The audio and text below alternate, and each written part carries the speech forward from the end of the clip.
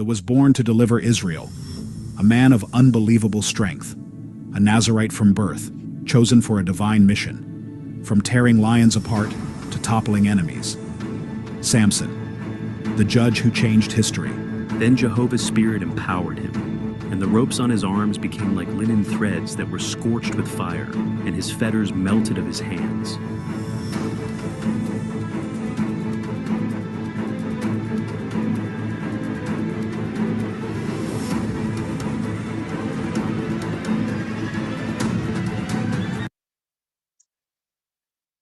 What is so amazing about tonight's tour? Jehovah says in Judges chapter 15, verse 14, that his spirit will empower somebody. And because of that spirit, that somebody was going to break the ropes on his arm, because the ropes will become like linen threads that were scorched with fire, and with fetter will melt on his hand. Who are we talking about? The judges. Why did Jehovah use judges? These were men raised up by Jehovah to deliver his people prior to the period of Israel human kings. Kings, they were known as judges. Moses, as the mediator of the law, was appointed leader and judge of Israel for 40 years. But we're going to be talking about the final judge. We're going to be talking about Samson. So before the kings, there were judges. Before the glory of David's kingdom, there was chaos, oppression, and people were trapped in fear because Jehovah's enemies were multiplying like a bug, like the plague. This is the story of the last great judge, a man born to break the iron chains of an empire. Who am I talking about? Before we go there, can you tell me? You can raise your hand or you can put it on the chat. Tell me which one of these judges was actually the first one. Which one of these judges was actually the first one? And I see a lot of people raising their hand. And I'm going to go to Texas and I'm going to ask Valerie Frederick to give us the answer. Samuel? You said Oniel? Samuel. No, the Samuel. Okay, thank you. I'm asking about who was the first judge, the first one. Let me see.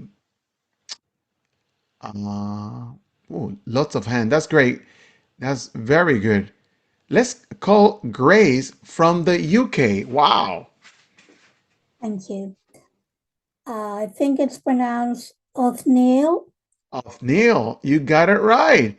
Hey, for being this early, your brain is on fire. Thank you for connecting this late from the United Kingdom. Yes, Othniel was the first judge, or the judge that will mark the beginning of the traditional period of judges.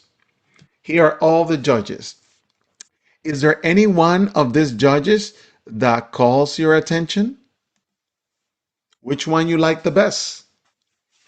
Raise your hand and tell me which one of these judges you like the best and why.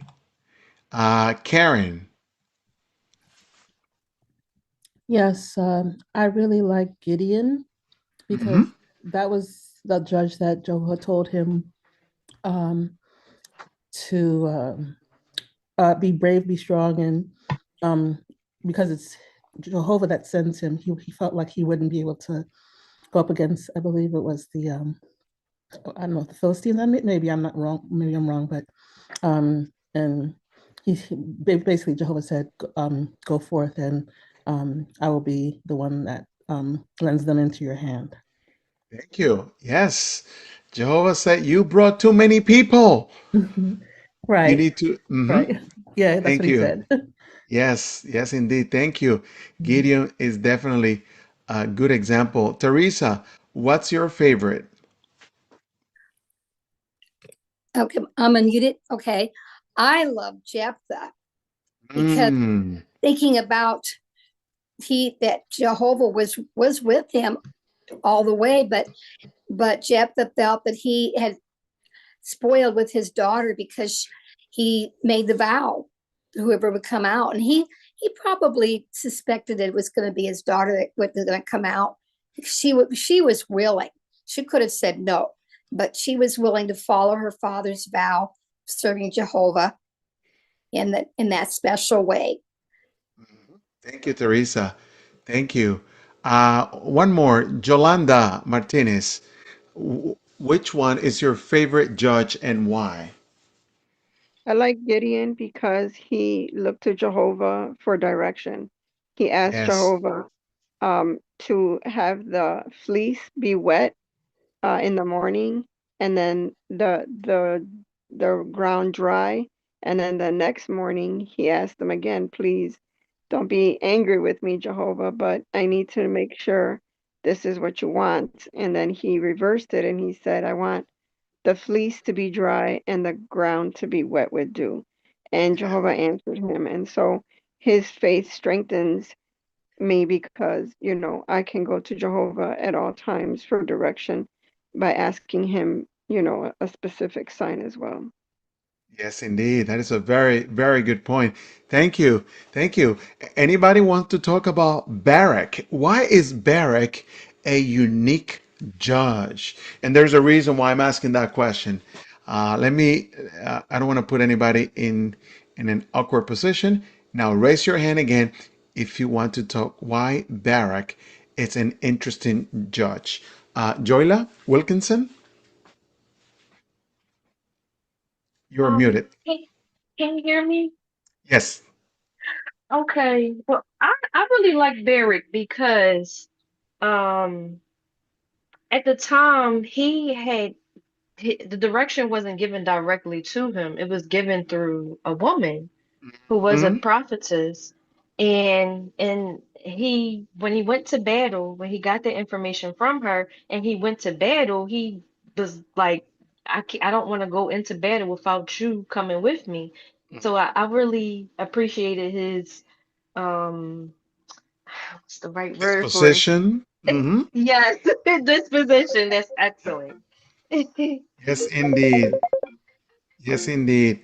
I like Barak as well. And in the new book, Courage, you're going to find a lesson on how sisters can take the lead in matters that have nothing to do with teaching. Brothers, are you okay with a sister to give you direction on matters that has nothing to do with spiritual activities? Take a lesson from Barak. Anybody wants to talk about Elon Musk? No, this Elon is not Elon Musk, but now you know where he got his name from, right? I don't know. I just wanted to throw that. At any rate, if you ask people, they think Deborah was a judge, but in reality, she helped Barak to do his job. And the way he reacted, Jehovah, I'm not going to do anything if you don't send her with me. What a beautiful, humble article. Can anybody help me read the following paragraph? Why was Samson required? What was happening in Israel? Janet Rubio? Okay. Janet, I open your microphone and then you close it. There you Oh, go. sorry. It's I open. apologize. Huh? Okay, so just read the paragraph, right? Hmm? The narrative begins in a period of turmoil. The Israelites had turned from their God, Jehovah, and as a consequence were subjected to the control of the Philistines. This hostile environment created the need for a divinely appointed leader to initiate their rescue. Jehovah allow the Philistine to control their land. And when we look at the map, we can see where Samson was, and we can see the land of the Philistine.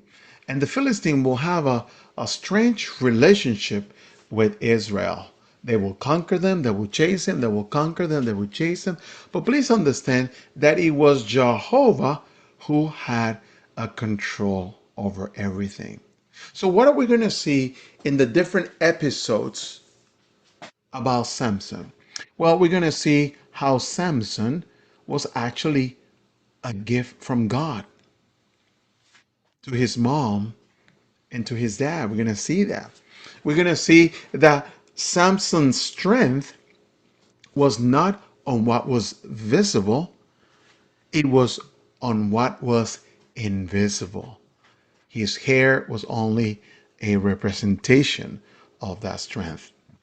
And Samson had to learn the hard way. So, this is the roadmap for the many episodes that we're going to do for you guys to enjoy on this journey. But for tonight, we're going to talk about the geography of fear. Why were the Israelites so afraid of the Philistine? Why were the Israelites so afraid of the Philistine? And by understanding this, you will know that when David comes into the picture and he kills Goliath, then you will go and say, aha, that's why this was a big deal. It wasn't because Goliath was a giant, it was because the Philistine had a campaign of fear. But if we look at it from a secular point of view, we're going to see that there was a technology gap. We're going to study the weapons of the Philistines, and we're going to study the weapons that the Israelites had or did not have. We're going to talk about what was the divine strategy, how Jehovah was going to go through a route that no one else could have expected.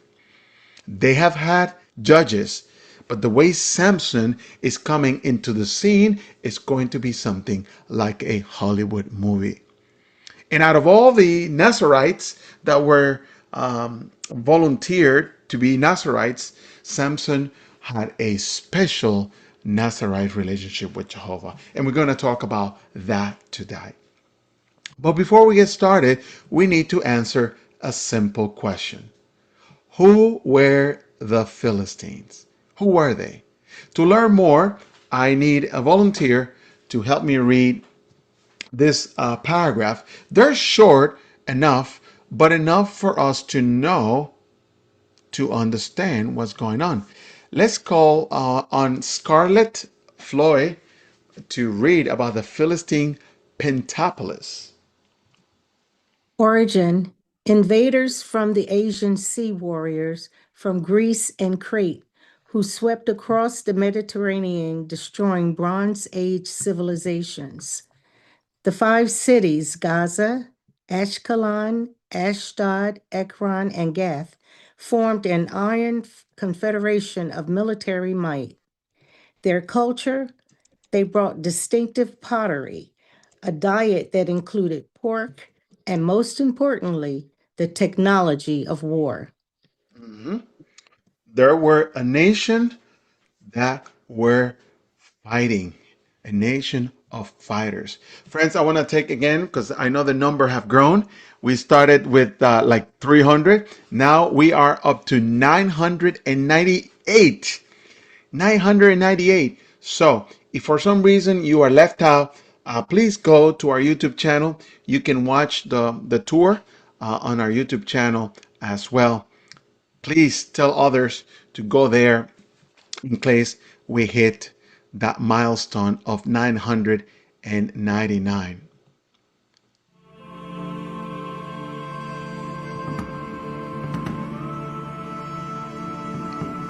Thank you, friends, for watching. Please remember to subscribe. Please tell your family and friends about this beautiful channel where we have free virtual Bible tour. Now, here is a word of one of our sponsors. Hi there, I'm Emily from Hey Remote. The wait is over. After our last session quickly filled all its spots, we've opened new 2026 dates for our live remote work masterclass. These live sessions are tailored for brothers and sisters who need a flexible schedule for the ministry. In just 60 minutes, you'll learn how to build a resume for the remote market and where to find legitimate, flexible roles that support your pioneering or spiritual goals. We provide a step-by-step checklist to ensure your new job is safe and fits your lifestyle perfectly. Join us live on Monday, January 5th or Sunday, February 15th for only $15. Scan the QR code or visit the link to register. Since spots go fast, be sure to secure yours today. Let's find you a remote job that offers you freedom and flexibility. Hey, I work remotely and I love it. But I also agree to work with this vendor because I know a lot of Jehovah's Witnesses, if they can, if they can, they could avoid secular people or people who simply do not worship Jehovah. And you can do this remote. Hey, if it's working for the kids that are being homeschooled, it will work for adults. So check it out. I know them personally. Anyway, going back to the tour, I have evidence that the captive in this picture of the Egyptians.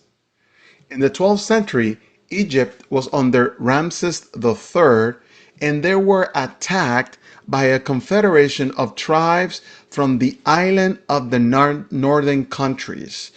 Many of the times when the Bible call something an island, they actually means a country. So Egypt was invaded by a confederation of tribes from different countries.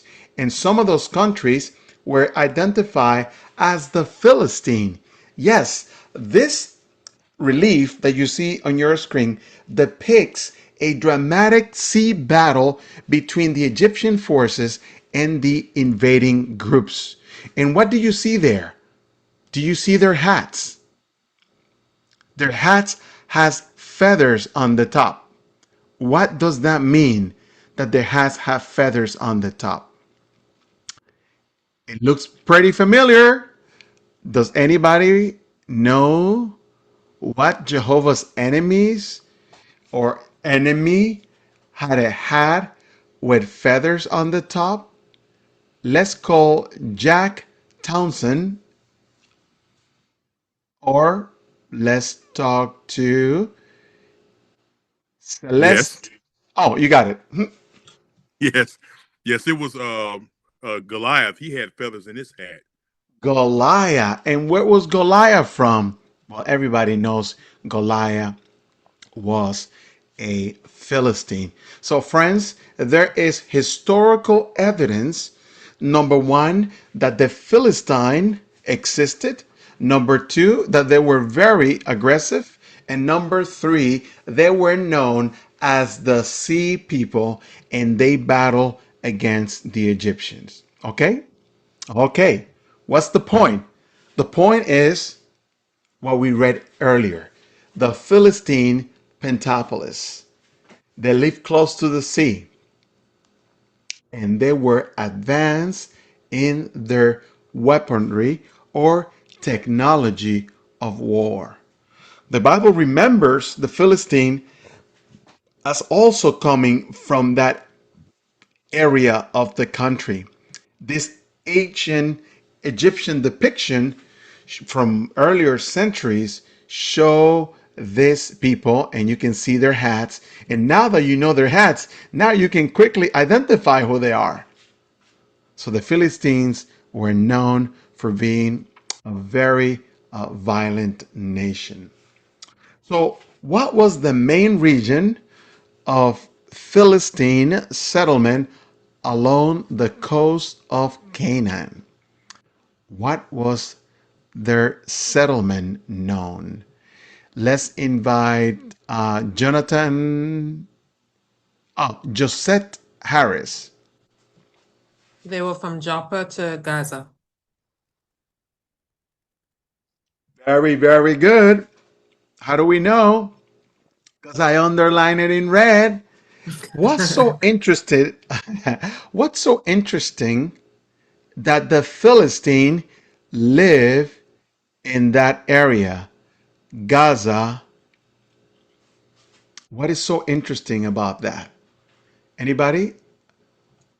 Jonathan? Yeah, it was close to the sea. It was right there on the border. Hmm. Yes, indeed. And you can see Gath. Who was born in Gath? Let me see. Who was born in Gath? Adam, family of four. Samson was born in Gaza. Okay. And but the city of Gath, this city, who was born in the city of Gath? Cynthia, David. David. Yes, Okay. Ginger, who was born in the city of Gath? It was Goliath. Goliath. Goliath. And we're going to see that very clearly in a future tour. Now you can understand everything that's going on. You have Jerusalem, you have Hebron, Bethel, Japheth. This whole area today is being disputed with the Israelites as well. Moving right along, Judges chapter 10, verse 7 says something quite interesting to us. And we're going to invite Cheryl Bowling to read that for us. Cheryl? Again, the Israelites did what was bad in Jehovah's eyes, and Jehovah gave them into the hands of the Philistines for 40 years. 40 years. 40 years. 40 years. 40 years. Remember that. Now, I mentioned earlier about the technology gap. What is the technology gap? Can anybody help me make a comparison with the information that you see there on the screen? Let's invite Mary Williams. You says a technology Mhm. a gap. You can see the weapons on my right is made of iron. So, which iron is very strong. So Mhm. it says the soft bronze bends and dulls quickly in combat, whereas the iron it doesn't. It's very strong. Yeah, thank you. Thank you, Mary. Mary, thank you for taking 1 point. Another point from this table, Crystal Adam. oh, Are you ready or should I call on yes. someone else? It says that the iron was durable. It was a weapon Mhm. maintained strictly by integrity. I'm sorry, I Yeah. was eating. I'm sorry. No, it's okay. I wish you can share what you're eating. Wayne and or Wanda, what's the last thing, the last difference between the two? Well, I don't know if this is what you're referring to, but under heading the reality, it brings out, it likens Israel to fighting tanks with baseball bats because they were, it's such a disadvantage because the Philistines controlled the iron monopoly so much so that the Israelites had to go to them just to have their farming equipment or tools sharpened. So there was just a very clear, sizable disadvantage. Indeed, indeed. Something that from a secular point of view looked impossible to get out. But what did they do when they were in that situation? What do we do when we are in a pickle? What do we do? What do we do when we are in trouble? Carrie Lerner? Uh, we cry out to Jehovah for help. Yes, indeed. And this week's Watchtower, which we studied today, talks about prayer. And all of our tours are connected somehow with prayer. Anna, pray. Samson, pray. And that's exactly how Israel had Jehovah's attention. Not only were their pray intensify, but probably their behavior were in accordance to their prayer. So Jehovah is going to rise a savior. But this one is going to be a different judge. And we're going to go together to look at it How different was this judge? Let's begin with the first miracle. Can anybody help me read what you see there on the screen? Why was Samson so different from all the other judges? Let's invite Nicholas Allen. It says a divine promise to a barren couple. It says to Noah, a Danite from Zorah, and his childless wife, an angel of Jehovah appeared. The message was a prophecy and a commission. She would bear a son. The angel declared he would be a Nazirite from birth and would take the lead in saving Israel out of the hand of the Philistines. Judges 13, 1-5. Thank you. Thank you very much. So, this situation is quite special, isn't it? Because Jehovah Himself said through an angel that she will conceive and give birth to a son. And this is the interesting part. You see, many Nazarites choose to be Nazarite, but in the case of Samson, something special were to take place. Something so different from all the other Nazarites. Michelle, would you mind reading Judges 13:5? It says, "Look, you will receive and give birth to a son, and no razor should touch his head, because the child will be a Nazarite of God from birth, and he will take the lead in saving Israel out of the hand of the Philistines." Mhm. Thank you, Michelle. How would you have reacted if an angel tells you something like that? How would you have reacted? The truth and nothing but the truth, so help you God. How would you have reacted? Let's see. Celeste, how would you have reacted? Well, I would have been extremely humbled, like me, like who am I? And I would have been elated at the same time and confused. And a lot of times when those in the Bible accounts saw an angel, they really trembled. So I've probably been trembling and in awe, like, what is this? But Mhm. Jehovah's Holy Spirit will give them, will help them, turn from fear, use the word fear, referring to the Philistines. So, what godly fear is different from that. But I would have just been just like in awe, like in ecstasy and fear at the same time. Indeed, indeed. Karen. Yes, and it just reminds us of how, we had Abraham and Sarah, but it wasn't that she was barren, but that she was very old. And then, of course, we had Jesus and Joseph and Mary, where the angel appeared and said that they would have a child. So it's not the first time we see it in the Bible. That is true. But Karen, you missed one more. There is one more sister who was barren, who an angel also appeared, not to her, but to her husband. Artie Moore. Do you know what I'm talking about? Um, you kind of lost me on there, but was it Zachariah and his wife Elizabeth? There you go. Yeah, Oh, cool. Lucio. I knew you were going to answer. Anyway, yeah, most of you answered correctly. But in reality, if we look at Sarah, Sarah smiled like a mockery. Are you serious? Remember, 40 years.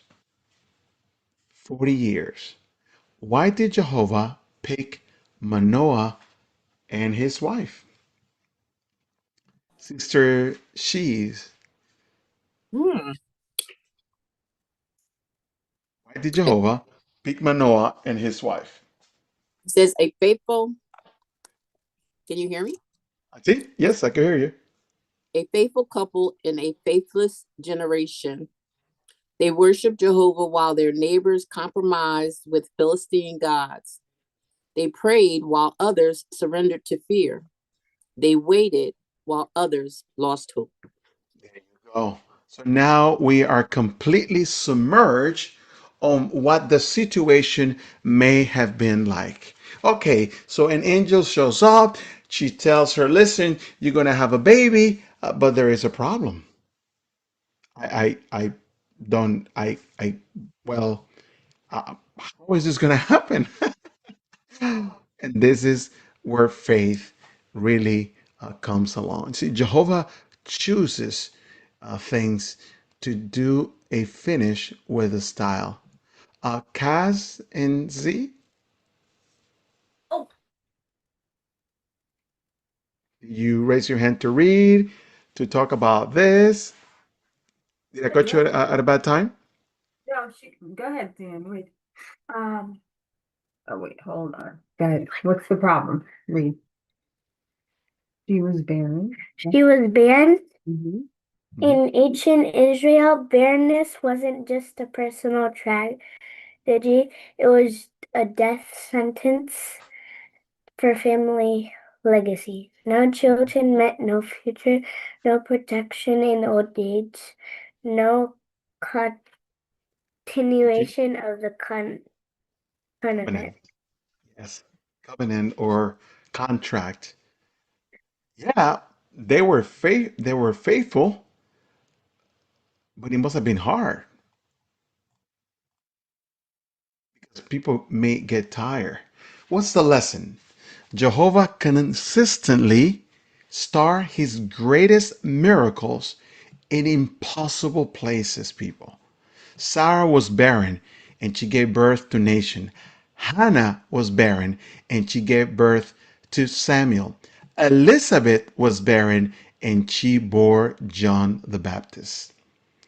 When Jehovah chooses barrenness as his starting point, he's making a statement. This victory will be mine alone. No human strength, no natural advantage, no room for pride, only divine intervention. Can anybody help me read this? Do you know? Let's call Jackie Diggs to help us read it. The Nazirite restrictions didn't start with Samson, they started with his mother. Before Samson took the lead in delivering Israel, his mother had to follow special instructions to protect his sacred mission. There you go. What's the lesson? Every mom has a role in the definition of their kids. They are like arrows where parents will point the kids in the right way. So, what exactly is a Nazarite vow? Can anybody help me read this? We're going to go to Los Angeles and we're going to ask Kathy Port. The vow dictated that his hair was never to be cut. This physical sign represented his unique covenant with Jehovah. His commission to fight Philistines meant that he was exempt from the typical Nazirite law forbidding contact with the dead, highlighting the unique nature of his calling. Samson's power was not his own. It stemmed from his status as a Nazirite, a special servant of Jehovah. This lifelong vow, imposed from birth, was symbolized by his uncut hair. It was distinct from voluntary vows with requirements specified directly by God's angel. Wow. So it was a special assignment, really special. But where was Samson born? How was life around it? Did he believe that he was a God's messenger? Well, let's read what was happening at the time Samson was growing up. Let's see if the external situation will have an impact on what he believes. Let's ask Rhonda Tyler to read for us the geography. What was the problem? Okay, so starting with Zora. Mhm. Okay, it says Zora, Samson's home. It says perched high in the Shipla foothills. The dimension had natural defensive position overlooking enemy territory, a watchtower between mountains and coastal plain, close enough to see the enemy and too close to feel safe. Mhm. Okay, you may continue or stop there. Yeah, continue. Okay.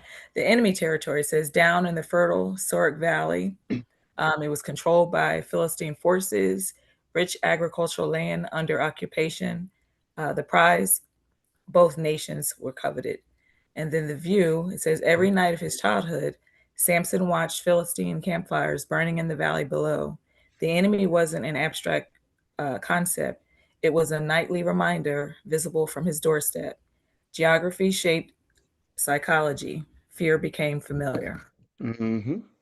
So even though Samson probably heard the story from his mom about an angel and he had this special assignment, what did Samson have to fight against? LaRonda Davis? I'm sorry. What did Eating too? you ask the question? What Yeah. did Samson have to fight Have to against? fight with as he was growing up. Uh, His mom was telling him, "You're great. You know, an angel appointed you. You're gonna do great. You're gonna free us up." Question, but let them put their hands up. James, James, Yes. what was Samson's childhood like? One of the things Samson had to fight against was fear itself. Even though he had these abilities, Samson grew up watching these nations and he knew the threat that they pose. And so he had to learn to rely upon Jehovah and not upon his own strength, because all throughout his life and his childhood, he could look down and see those campfires burning. So it wasn't just something that was abstract to him about the enemy itself. It was something that was live in technicolor. Yeah, yeah, and it can get to your head.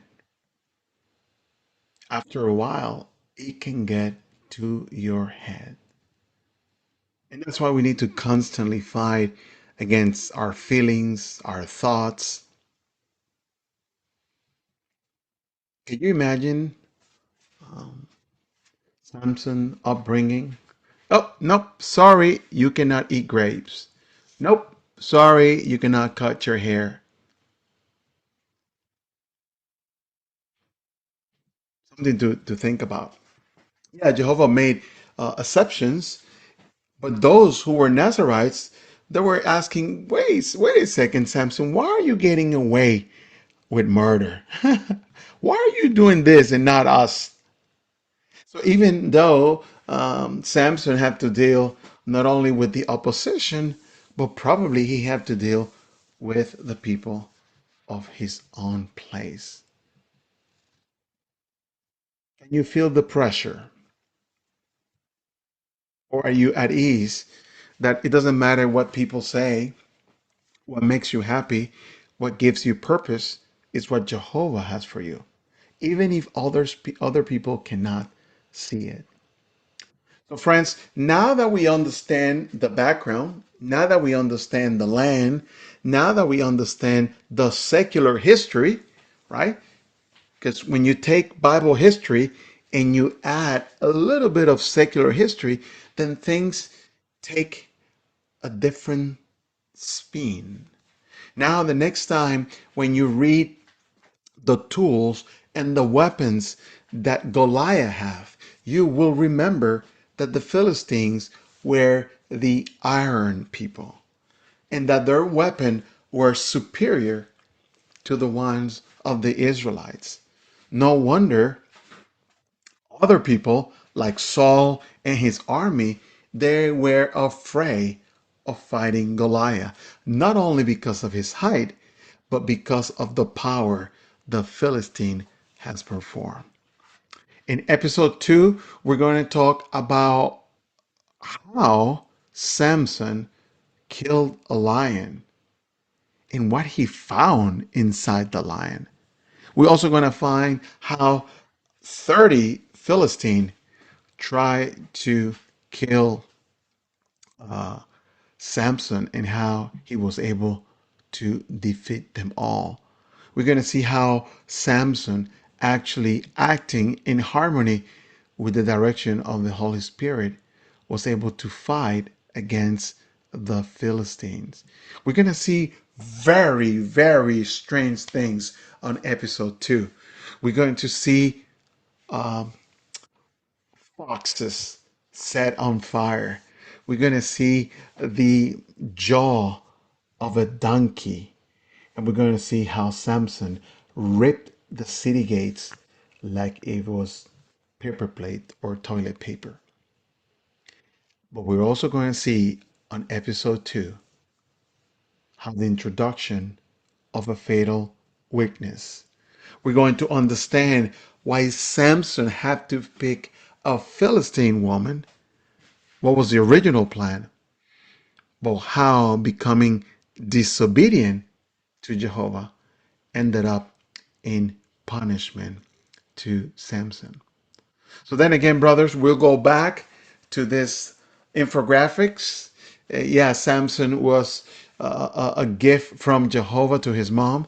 Samson received a gift from Jehovah, his Holy Spirit. And as long as he respected that vow, you notice how he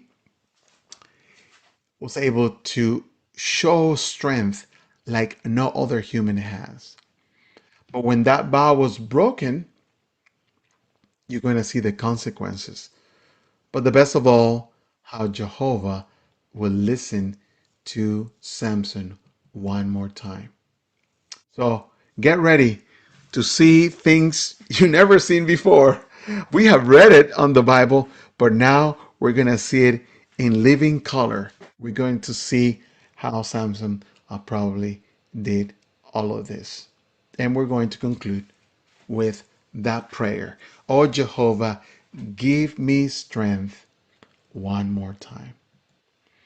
Well, thank you, friends. Thank you very much for being such a great audience tonight. I hope you have learned a thing or two. Please continue to tell your friends about us, subscribe, turn on notifications, and share our calendar with other people. If you were not at the beginning of the tour, please watch what you're going to see on Wednesday.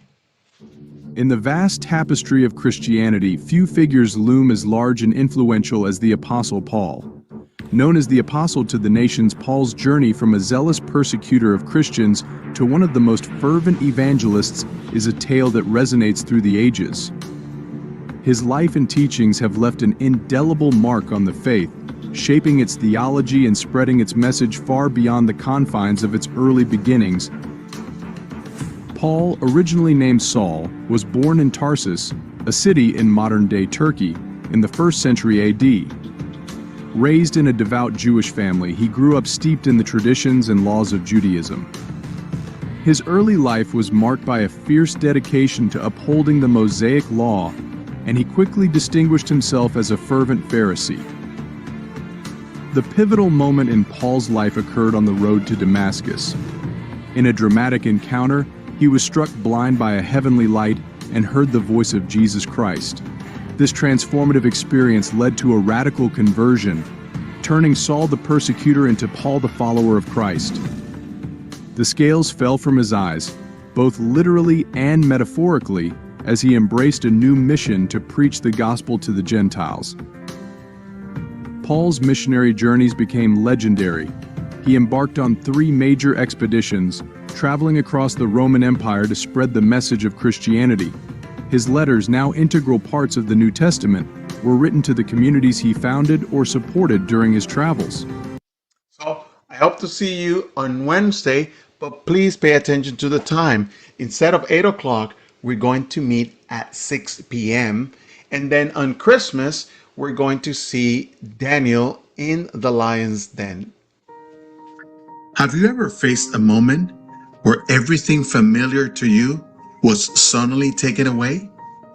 That's exactly what happened to Daniel and his companion when Jerusalem fell to Babylon.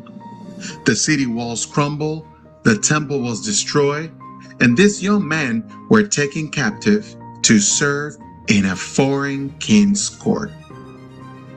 But here's what makes this story so powerful for us today. Daniel didn't see this as the end of his faith. Instead, he saw it as the ultimate test of his relationship with Jehovah. In a culture completely opposed to everything he believed, Daniel had to decide, will he compromise or will he stand firm? Today, we're going to walk through Babylon together to see how the archaeological evidence confirmed the very setting where Daniel's faith was tested. We'll explore how he maintained his integrity in a system designed to erase his identity. And we're going to see what does that all mean to us facing a similar pressure today. So I hope to see you guys on Wednesday. I hope to see you guys on Thursday. Please tell others to become subscribers. It's to become a subscriber is absolutely free. But if you want to be a channel sponsor, it's only $4.99 for all you can eat. And listen, friends, right now, look at that. These are the most watched videos on my channel. And I'm showing you 16 videos right now. You have the 10 plagues.